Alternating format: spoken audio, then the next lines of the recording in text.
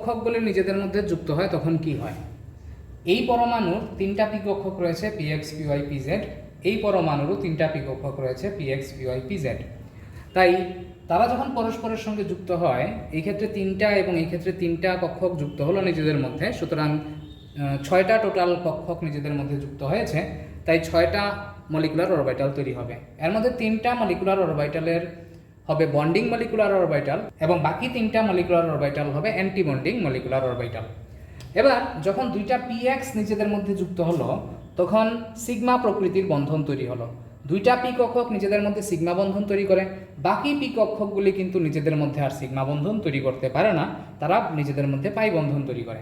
তাই যখন 2টা পি এক্স কক্ষক নিজেদের মধ্যে যুক্ত হলো, 2টা সিগমা প্রকৃতির বন্ধন তৈরি হলো। একটা হচ্ছে সিগমা 2px, এটা হচ্ছে বন্ডিং মলিকুলার অরবিটাল, আর একটা হচ্ছে সিগমা 2px স্টার, এটা হচ্ছে অ্যান্টিবন্ডিং মলিকুলার অরবিটাল। সিমিলারলি যখন পিওয়াই পিজেড গুলি নিজেদের মধ্যে যুক্ত হলো, তারা পাই টাইপের কক্ষক তৈরি করলো, পাই টাইপের মলিকুলার অরবিটাল তৈরি করলো। এর মধ্যে 2টা হবে বন্ডিং মলিকুলার অরবিটাল, বাকি 2টা হবে অ্যান্টি বন্ডিং মলিকুলার অরবিটাল। আর যেহেতু পিওয়াই পিজেড এর শক্তি সেম, সুতরাং তারা যেই আণবিক কক্ষকগুলি তৈরি করবে সেটা বন্ডিং মলিকুলার অরবিটাল হোক বা অ্যান্টি বন্ডিং মলিকুলার অরবিটালই হোক, বন্ডিং মলিকুলার অরবিটালের ক্ষেত্রে যেই 2টা বন্ডিং মলিকুলার অরবিটাল তৈরি হবে সেই 2টা কক্ষকের শক্তি একই হবে, আর 2টা যে অ্যান্টি বন্ডিং পাই মলিকুলার অরবিটাল তৈরি হবে সেইগুলির শক্তিও একই হবে। অর্থাৎ পাই টু পি ওয়াই যে কক্ষক তৈরি হবে এবং পাই টু পি জেড যে কক্ষক তৈরি হবে তাদের শক্তি সেম হবে, অর্থাৎ পাই টু পি ওয়াই আর পাই টু পি জেড কক্ষকের শক্তি সেম। সিমিলারলি পাই স্টার টু পি ওয়াই আর pi star two p Z এদের শক্তি হবে সেম। এবার তাহলে এইখানে টোটাল 6টা কক্ষক জায়গা হবে, sigma two p x, sigma star two p x 2টা, pi two p y, pi two p z আরও 2টা 4টা, আর pi star two p y, pi star two p z আরও 2টা, টোটাল হলো 6টা। এর মধ্যে সবচেয়ে বেশি শক্তি থাকে সবসময় সিগমা স্টার টু পি এক্সের, এটার শক্তি সবচেয়ে বেশি। তারপর রয়েছে pi star two p y equal to pi star two p z. এগুলি হচ্ছে অ্যান্টি বন্ডিং মলিকুলার অরবিটালের ক্ষেত্রে। এবার যখন বন্ডিং মলিকুলার অরবিটালগুলির ক্ষেত্রে কোনো কোনো ক্ষেত্রে সিগমা টু পি এক্সের শক্তি সবচেয়ে কম হয়, তখন পাই টু পি ওয়াই আর পাই টু পি জেড এর শক্তি একটু বেশি থাকে। আর কোনো কোনো ক্ষেত্রে কিছু কিছু অণুর ক্ষেত্রে পাই টু পি ওয়াই আর পাই টু পি জেড এর শক্তি সিগমা টু পি এক্স থেকে কম হয়। অর্থাৎ সেই ক্ষেত্রে এইখানে থাকবে পাই two p y, pi two p z, আর এইখানে থাকবে সিগমা টু পি এক্স। কোন ক্ষেত্রে সেটা হবে আমরা আলোচনা করব। তাহলে বিভিন্ন কক্ষকগুলিকে যদি আমরা, বিভিন্ন আণবিক কক্ষকগুলিকে যদি আমরা শক্তির ক্রম অনুযায়ী সাজাই, তাহলে এইরকমটা হবে। সিগমা ওয়ান এস এর শক্তি সবচেয়ে কম, তারপর হবে সিগমা ওয়ান এস স্টার, তারপর হবে সিগমা টু এস, তারপর হবে সিগমা টু এস স্টার, তারপর পি কক্ষকগুলি চলে আসবে। তাই তারপরের শক্তি হবে, এই ক্ষেত্রে কোনো কোনো সময় সিগমা টু পি এক্সটা আগে থাকবে, তারপর হচ্ছে pi two p x equal to pi two p z. এরপরের শক্তি নিচের লাইনে আমি লিখছি। তারপর হবে pi star two p, sorry এটা হবে two p y, pi star two p y equal to pi star two p z. আর সবচেয়ে বেশি শক্তি হচ্ছে সিগমা স্টার টু পি এক্সের, এটার শক্তি হবে সবচেয়ে বেশি। তাহলে এই ক্ষেত্রে এই যে জায়গাটা, কিছু কিছু অণুর ক্ষেত্রে এই জায়গাটা একটু অদল বদল হয়ে যায়। অর্থাৎ কোনো কোনো অণুর ক্ষেত্রে সিগমা টু পি এক্সের শক্তি পাই টু পি ওয়াই আর পাই টু পি জেড থেকে কম, এখানে যেরকমটা আছে। আবার কিছু কিছু ক্ষেত্রে এই পাই টু পি ওয়াই আর পাই টু পি জেড এর শক্তিটা সিগমা টু পি এক্স থেকে কম। অর্থাৎ এই ক্ষেত্রে পাই টু পি আর ওয়াই আর পাই টু পি জেডটা আগে চলে আসবে, সিগমা টু পি এক্সটা পরে চলে আসবে। মনে রাখতে হবে আপ টু নাইট্রোজেন অবধি যে অণুগুলি রয়েছে, lithium, hydrogen, helium, lithium, beryllium, boron, carbon, nitrogen, এই সবগুলি অণুর ক্ষেত্রে যে ইলেকট্রন বিন্যাসটা হবে, সেই ক্ষেত্রে ইলেকট্রন বিন্যাসটা এরকম হবে: sigma one s less than sigma one s star, less than sigma two s less than sigma two s star, less than pi two p y equal to pi two p z, less than sigma 2 px, less than pi star 2 py, equal to pi star two p z less than sigma star two p x. এবার এরকমটা কেন হলো সেটা এখানে আমরা আলোচনা করছি না, পরে একদিন আলোচনা করব। আর নাইট্রোজেনের পরের যে মৌলগুলি রয়েছে ফ্লোরিন, অক্সিজেন, নিয়ন, সেইগুলির ক্ষেত্রে ইলেকট্রন বিন্যাসটা এরকম হয়: sigma one s less than sigma one s star less than sigma two s less than sigma star two s less than sigma two p x. এই যে সিগমাটা আগে চলে আসলো, তারপর হবে pi two p y equal to pi two p z, তারপর হচ্ছে pi star two p y equal to pi star two p z, তারপর sigma star two p x.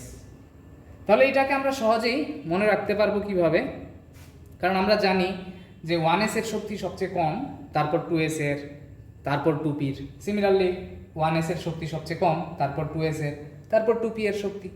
এইভাবে আমরা এটা সহজেই মনে রাখতে পারবো: sigma 1s, sigma 1 star, sigma 2s, sigma 2 star.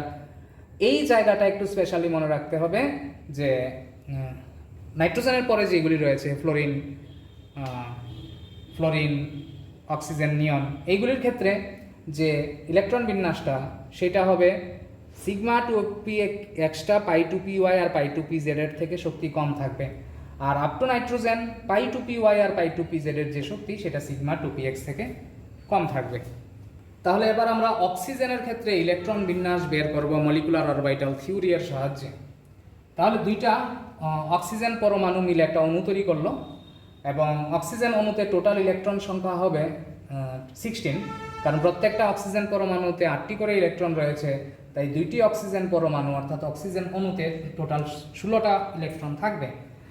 তাই ইলেকট্রন বিন্যাসটা এরকম হবে: সিগমা 1s 2, প্রত্যেকটা কক্ষকে আমরা জানি 2টা ইলেকট্রন থাকতে পারে, তাই সিগমা 1s কক্ষকে 2টা ইলেকট্রন থাকবে।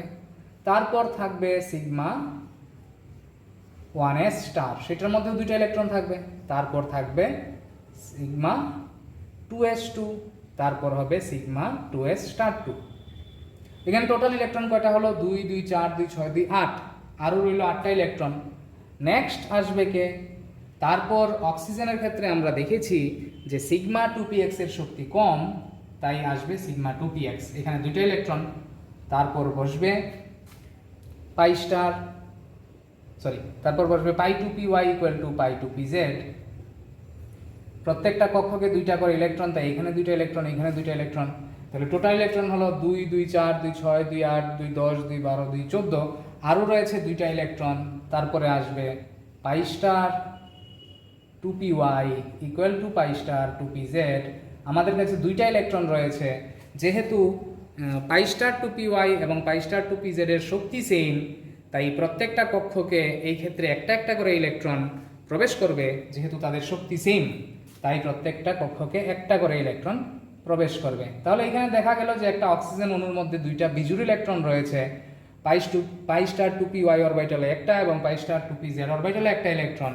তাহলে 2টা টোটাল বিজুর ইলেকট্রন এই ক্ষেত্রে রয়েছে। এই কারণে অক্সিজেন অণু কিন্তু প্যারাম্যাগনেটিক হয়, অর্থাৎ তার চৌম্বক ধর্ম থাকে। এবার আমরা দেখব নাইট্রোজেনের ক্ষেত্রে ইলেকট্রন বিন্যাস কীরকম হয়। নাইট্রোজেন 2টা নাইট্রোজেন পরমাণু দিয়ে তৈরি একটা নাইট্রোজেন অণু, এবং এই ক্ষেত্রে টোটাল ইলেকট্রন হয় 14, কারণ প্রত্যেকটা নাইট্রোজেন পরমাণুতে 7টা করে ইলেকট্রন থাকে। তাই ইলেকট্রন বিন্যাস আমরা এইভাবে করব: সিগমা 1s এ 2টা ইলেকট্রন, তারপর আসবে সিগমা 1s স্টার, এটাতেও 2টা ইলেকট্রন থাকবে। তারপর আসবে সিগমা 2s, এটার মধ্যে 2টা ইলেকট্রন। তারপর আসবে সিগমা 2s স্টার, এটার মধ্যেও 2টা ইলেকট্রন। টোটাল হলো 8টা ইলেকট্রন, আর বাকি রইল 6টা ইলেকট্রন। তারপরে আসে pi two p y equal to pi two p z, কারণ আমরা দেখেছি আপ টু নাইট্রোজেন ইলেকট্রন বিন্যাসের মধ্যে পাই টু পি ওয়াই আর পাই টু পি জেড এর শক্তি সিগমা টু পি এক্স থেকে কম হয়। তাই এই ক্ষেত্রে 2টা ইলেকট্রন, এই ক্ষেত্রে 2টা ইলেকট্রন। টোটাল ইলেকট্রন হলো 2 2 4 2 6 2 8 2 10 2 12, আরও 2টা ইলেকট্রন রইল, সেটা বসবে সিগমা টু পি এক্সে, তাহলে সিগমা টু পি এক্স 2। এই হচ্ছে নাইট্রোজেনের ইলেকট্রন বিন্যাস। এইভাবে আমরা বিভিন্ন অণুগুলির ইলেকট্রন বিন্যাস করতে পারবো মলিকুলার অরবিটাল এর সাহায্যে, মলিকুলার অরবিটাল থিওরি এর সাহায্যে।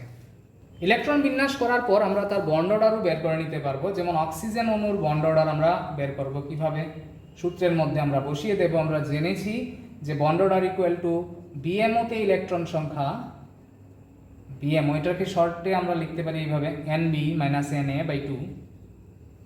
এনবি হচ্ছে বিএমওতে ইলেকট্রন সংখ্যা অর্থাৎ বন্ডিং মলিকুলার অরবিটালের ইলেকট্রন সংখ্যা, আর এনএ হচ্ছে অ্যান্টি বন্ডিং মলিকুলার অরবিটালের ইলেকট্রন সংখ্যা।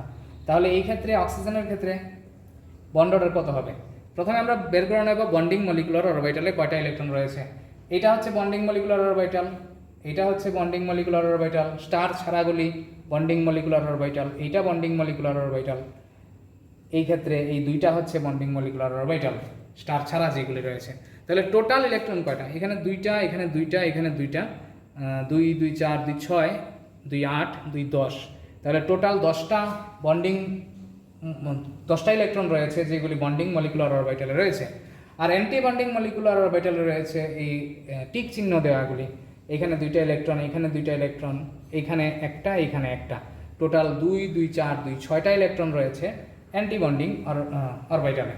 সুতরাং বন্ড অর্ডার হবে 10 - 6/2 = 4/2 = 2। অর্থাৎ একটা অক্সিজেন অণুর মধ্যে দুইটা বন্ধন রয়েছে, অর্থাৎ একটা ডাবল বন্ড রয়েছে। আর আমরা জানি একটা অক্সিজেন অণুর মধ্যে যে দুইটা অক্সিজেন পরমাণু থাকে তাদের মধ্যে একটা দ্বিবন্ধন থাকে, একটা ডাবল বন্ড থাকে। এইভাবে আমরা তার বন্ড অর্ডার বের করে নিতে পারলাম। সেমভাবে আমরা নাইট্রোজেনের বন্ড অর্ডারও বের করতে পারবো। নাইট্রোজেনের বন্ড অর্ডার কী হবে? প্রথমে আমাদের দেখতে হবে তার বন্ডিং মলিকুলার অরবিটালে কয়টা ইলেকট্রন রয়েছে। এগুলি হচ্ছে বন্ডিং মলিকুলার অরবিটাল। তাহলে টোটাল বন্ডিং মলিকুলার স্টার ছাড়া যেইগুলি সেগুলি হচ্ছে বন্ডিং মলিকুলার অরবিটাল। তাহলে 2 2 4 2 6 2 8 2 10টা রয়েছে টোটাল বন্ডিং মলিকুলার অরবিটাল। আর অ্যান্টি বন্ডিং মলিকুলার অরবিটাল এখানে দুইটা, এখানে দুইটা, 4টা। তাহলে 10 - 4/2 = 6/2 = 3। আর আমরা জানি দুইটা নাইট্রোজেন পরমাণুর মধ্যে, নাইট্রোজেন অণুতে দুইটা নাইট্রোজেন পরমাণুর মধ্যে একটা ট্রিপল বন্ড থাকে। আর এইভাবেও আমরা পেলাম যে নাইট্রোজেন অণুতে বন্ড অর্ডার হচ্ছে 3। সুতরাং নাইট্রোজেন অণু খুব স্থায়ী একটা অণু এবং তার বন্ধন দৈর্ঘ্যও কম এবং বন্ধন শক্তি অনেক বেশি হয়। এবার আমরা মলিকুলার অরবিটাল থিওরি এর সাহায্যে দেখব He2 অণুর অস্তিত্ব নেই কেন। তাহলে He2 অণু যদি থাকে তার টোটাল ইলেকট্রন থাকবে 4টা। প্রত্যেকটা হিলিয়াম পরমাণুতে 2টা করে ইলেকট্রন থাকে। তাহলে He2 অণুতে টোটাল ইলেকট্রন থাকবে 4টা। সুতরাং তার ইলেকট্রন বিন্যাস এইভাবে হবে σ1s2, তারপর σ1s*2। 4টা ইলেকট্রন হলো 2 2 4। এবার তার বন্ড অর্ডার হবে Nb - Na/2। Nb হচ্ছে বন্ডিং মলিকুলার অরবিটাল ইলেকট্রন সংখ্যা, আর Na হচ্ছে anti bonding molecular orbital electron সংখ্যা। বন্ডিং মলিকুলার অরবিটাল ইলেকট্রন সংখ্যা 2, তাহলে Nb হচ্ছে 2, আর anti bonding molecular orbital electron সংখ্যা 2, তাহলে Na হচ্ছে 2। তাহলে 2 - 2 / 2 = 0/2 = 0। তাহলে এই ক্ষেত্রে আমরা দেখলাম He2 এর যে বন্ড অর্ডার, হিলিয়াম অণুর যে বন্ড অর্ডার সেটা হচ্ছে 0। আর যেহেতু বন্ড অর্ডার 0 হচ্ছে, তাই দুইটা হিলিয়াম পরমাণুর মধ্যে কোনো বন্ধন এই ক্ষেত্রে নেই। তাই He2 অণুর কোনো অস্তিত্ব নেই। যেহেতু দুইটা হিলিয়াম পরমাণুর মধ্যে কোনো বন্ধনই তৈরি হয়নি, তাই এই ক্ষেত্রে হিলিয়াম যে অণু সেটার কোনো অস্তিত্ব নেই। পরবর্তী ভিডিওতে আমরা মলিকুলার অরবিটাল থিওরি সম্পর্কে আরও কিছু নতুন বিষয় জানব এবং কিছু গুরুত্বপূর্ণ প্রশ্ন সেখানে আমরা আলোচনা করব।